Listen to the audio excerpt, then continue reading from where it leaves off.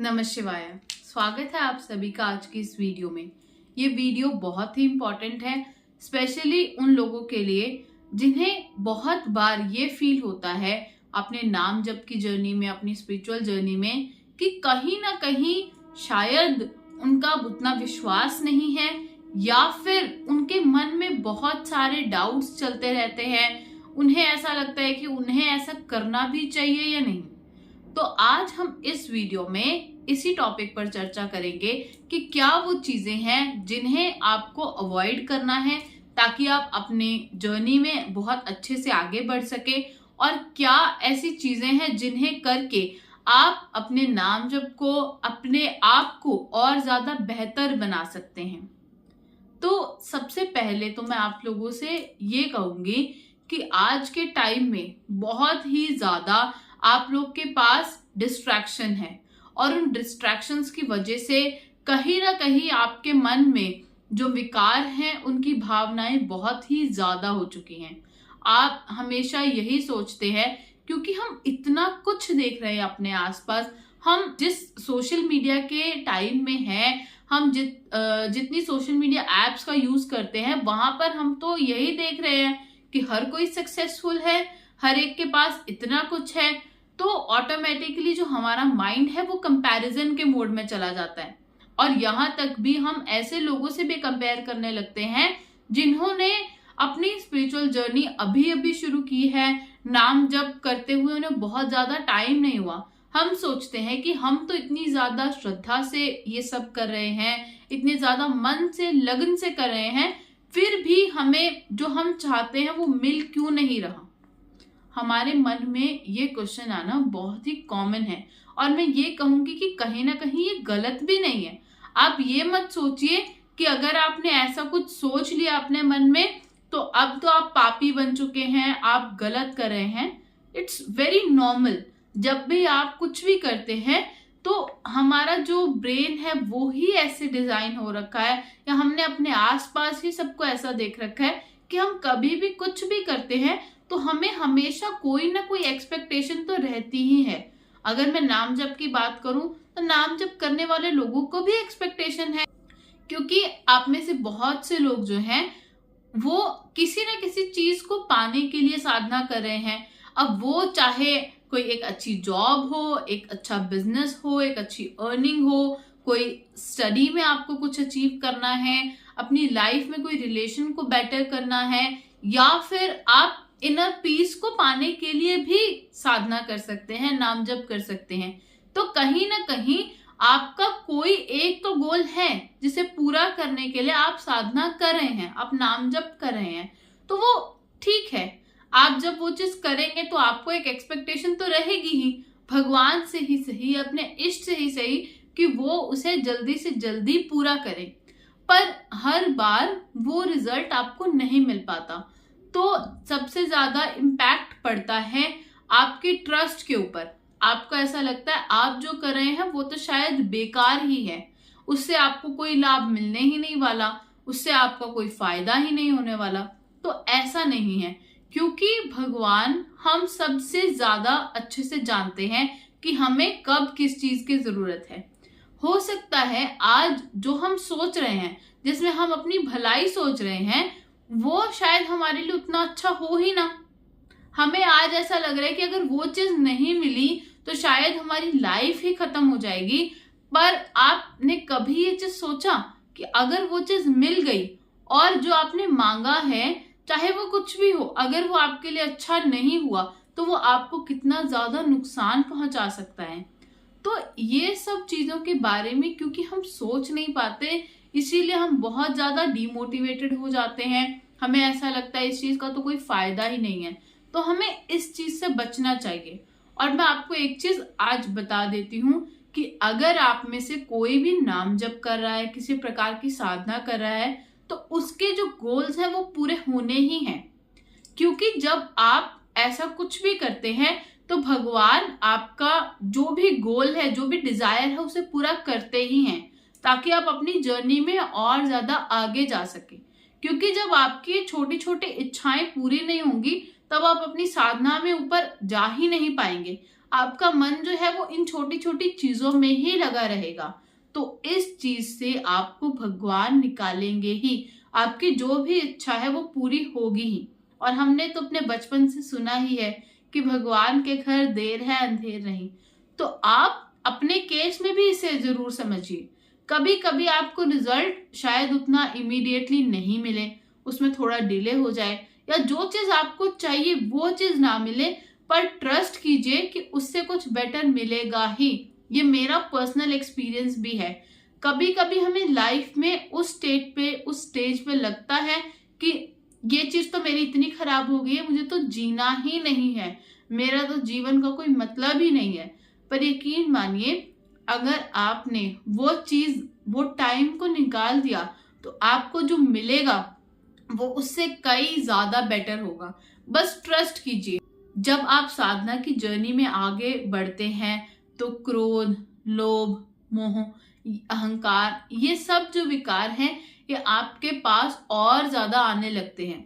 क्योंकि आपको जब कुछ, आपको ऐसे फील होता है कि आपको कुछ अब मिल रहा है, तो ये बहुत नॉर्मल है कि ये जो सब विकार है, जो माया है, ये आप में और ज्यादा बढ़ जाए। पर आपको इस चीज को अवॉइड करना है। अगर आपको गुस्सा आ रहा है तो आपको ये नहीं करना है कि आप बस उसी टाइम पे रिएक्ट कर दें और उसी टाइम पे ही सामने वाले को गुस्सा दिखा दें अपना। उससे आप पावरफुल नहीं हो रहे, कहीं ना कहीं आपकी जो एनर्जी है वो कम हो रही है। तो आपको उस टाइम पे कंट्रोल करना है। ये कोई भी चीज है वो आपकी एनर्जी को कम कर रहा है, उसे आपको सही जगह लगाना है। आप किसी से बहस करने में आधा एक घंटा वेस्ट करें, उससे बेटर तो ये है कि आप अपना कोई और काम कर लीजिए, आप उसमें नाम जप कर लीजिए। तो ऐसे आपको ये सब चीजों को देखना है, समझना है। और मैं ये जरूर कहूंगी कि एक पॉज लेना बहुत ज्यादा जरूरी है। मैं जब एक बहुत ही एनलाइटेंड पर्सन से बात कर रही थी, तो उन्होंने मुझे एक बहुत सिंपल ट्रिक बताई कि जब भी आपका गुस्सा आए, आपको गुस्से में डिसीजन नहीं लेना। आपको उस टाइम पे क्या करना है, अगर आपको कोई ऐसा डिसीजन है जो बहुत छोटा है, बहुत क्विक है, और आपका मन कर रहा है रिएक्ट करने का, तो आप एक रूल बना लीजिए। पहले उस चीज को 3 मिनट से डिले कीजिए। फिर अगर आपको लग रहा है फिर भी गुस्सा है तो 3 आवर्स से डिले कीजिए। फिर भी गुस्सा है तो 3 डेज से, और फिर भी गुस्सा है तो 3 वीक से। और मोस्टली आप देखेंगे कि गुस्सा भी आपका इतना लंबा चलता नहीं है। तो 3 हफ्ते में तो आपको समझ में आ ही जाएगा कि क्या आप हीट ऑफ द मोमेंट में डिसीजन ले रहे थे और क्या आपके लिए एक्चुअल में बेटर है। तो ये सब चीजों को सोचकर समझकर ही आप डिसीजन लीजिए, ताकि आपकी जो साधना है वो बहुत ज्यादा अच्छी हो, आप एक बहुत ज्यादा अच्छे साधक बने और आप पर प्रभु की विशेष कृपा हो। आपको अभी शायद ऐसा लग रहा होगा कि ये सब चीजें तो हमने सुनी है, पर जब हम करने लगते हैं तो बहुत ज्यादा हो नहीं पाती। तो ट्राई करके देखिए, हो सकता है 100% इम्प्रूवमेंट आपको ना मिले एक बार में। हो सकता है कि आपको ऐसा लगे कि अभी तो मैं रिएक्ट कर रहा हूं, पर आपको ये हमेशा कोशिश करनी है कि आपको अपने आप का एक बेटर वर्जन बनना है। अगर आपको पहले बहुत गुस्सा आता था, दिन में 10 चीज हो रही थी, आप 10 के 10 चीज पे रिएक्ट कर रहे थे, अब आपको धीरे धीरे उसको पहले 10 से 6 पर लेकर आना है, फिर 3 पर, फिर 2 पर, फिर कहीं ना कहीं आप थोड़ा सा नॉर्मल होंगे। और मैं ये नहीं बोल रही हूँ कि ये जो चीजें हैं वो आपको इम्पैक्ट करना बंद ही कर देंगी, आप जरूर रिएक्ट करेंगे, पर आपको ये चीज समझ में आने लग जाएगी कि कहाँ पे आपका रिएक्शन देना बहुत ज्यादा जरूरी है और कहाँ पर आप उस चीज को अवॉइड कर सकते हैं। भगवान जो देखते हैं किसी भी भक्त में, किसी भी साधक में, वो सिर्फ देखते हैं उसके भाव। अगर आपके भाव शुद्ध हैं, आपका आचरण पवित्र है, आपसे भले ही पहले कोई गलती हो चुकी है, कोई बात नहीं, आप शायद जाने अनजाने में ही किसी का अच्छा करें, अगर गलती हुई है तो भी वो आपको माफ कर देंगे। पर अगर आपने जाने अनजाने में ही किसी का भला किया है तो वो उसको जरूर ध्यान में रखेंगे। ऐसे बहुत सारे एग्जाम्पल हैं, बहुत सारे साधक हुए हैं जिन्होंने जाने अनजाने में ही अपने जीवन का उद्धार कर लिया है। आप में से शायद बहुत से लोगों को पता होगा, एक कुब्जा नाम की जो स्त्री थी, उसने श्री कृष्ण को चंदन ऑफर किया था। और उस टाइम पर उसने ये नहीं सोचा था कि वो भगवान है, मैं उन्हें ये ऑफर कर देती हूँ तो शायद मेरा उद्धार हो जाए। वो सिर्फ उनके रूप से मोहित हो गई। वो उनके नयन देखे उसने, उनका जो है शरीर देखा, उनके हाव भाव देखे, तो वो उससे मोहित होकर जो उसके पास चंदन था वो उसने भगवान को अर्पित कर दिया। तो वहीं से ही भगवान ने उस पर कृपा की और उसका जो कुरूप था, उसका जो कुंभ निकला हुआ था, उसको ठीक कर दिया। वो जो अपने शरीर से, अपनी बॉडी से बहुत ज्यादा परेशान थी, उसको एक क्षण में ही उससे राहत मिल गई। तो उसने क्या किया, बस अपने भाव को अच्छा रखा, अपने भाव में किसी भी तरह की कोई नेगेटिविटी नहीं आने दी, कोई भी छल कपट नहीं आने दिया। बस उसे ऐसा लगा कि ये मुझे अच्छा लग रहा है तो मैं इसे अपना चंदन ऑफर कर देती हूँ, चंदन अर्पित कर देती हूँ। तो वो जो उसने किया, चाहे वो उसने जाने अनजाने में ही किया, पर उससे उसको फल मिला ही। तो ऐसे ही चाहे हम कोई भी चीज जाने अनजाने में ही करें, पर हमारे भाव शुद्ध हों, क्योंकि भगवान तो सिर्फ हमारे भाव ही देखते हैं, तो हमें उसका फल मिलना निश्चित ही है। तो आप सब कुछ कीजिए, आपको उसका फल मिलेगा ही। आपको किसी प्रकार की चिंता करने की, किसी प्रकार की सोच में ज्यादा पड़ने की जरूरत है नहीं। आपको बस ये जो कुछ चीजें हैं जो मैंने आपको बताया, इन सब चीजों को अवॉइड कीजिए। और अगर आपको लगता है कि इसके अलावा भी आपकी लाइफ में या आपके बिहेवियर में कोई प्रॉब्लम है, सबसे पहले तो आपको उसे देखना समझना जरूरी है।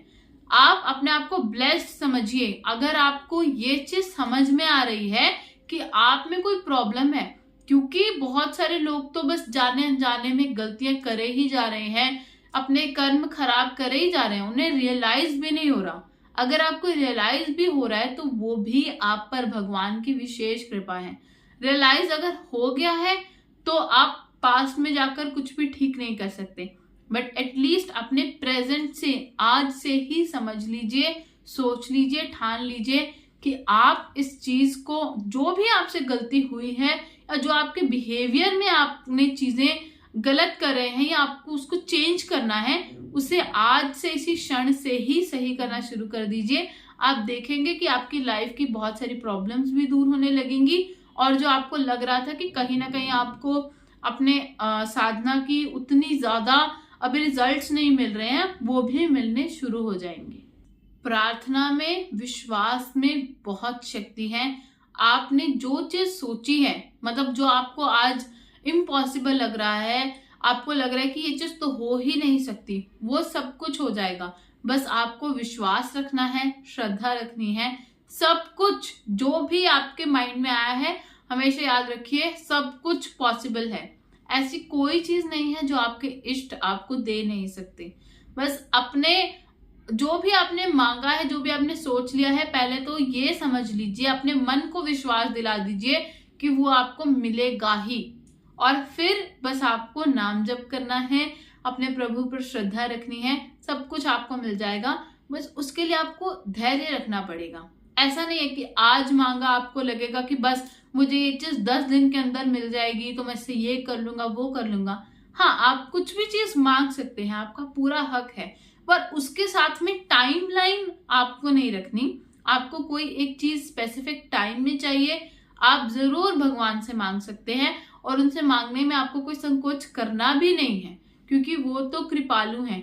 आप कुछ भी चाहे मांगे भी ना, अपने मन में सोचो, उन्हें तो पता ही है कि आपको वो चीज चाहिए, तो आप उनसे निसंकोच मांगिए। पर अगर आपको वो चीज उस टाइम पर नहीं मिल रही तो आप बस डिसअपॉइंट मत होइए, अपनी श्रद्धा को वैसा ही रखिए, अपनी साधना को वैसे ही कंटिन्यू करते चले जाइए, सब कुछ पॉसिबल है। धन्यवाद। हर हर महादेव। जय हिंद, जय भारत।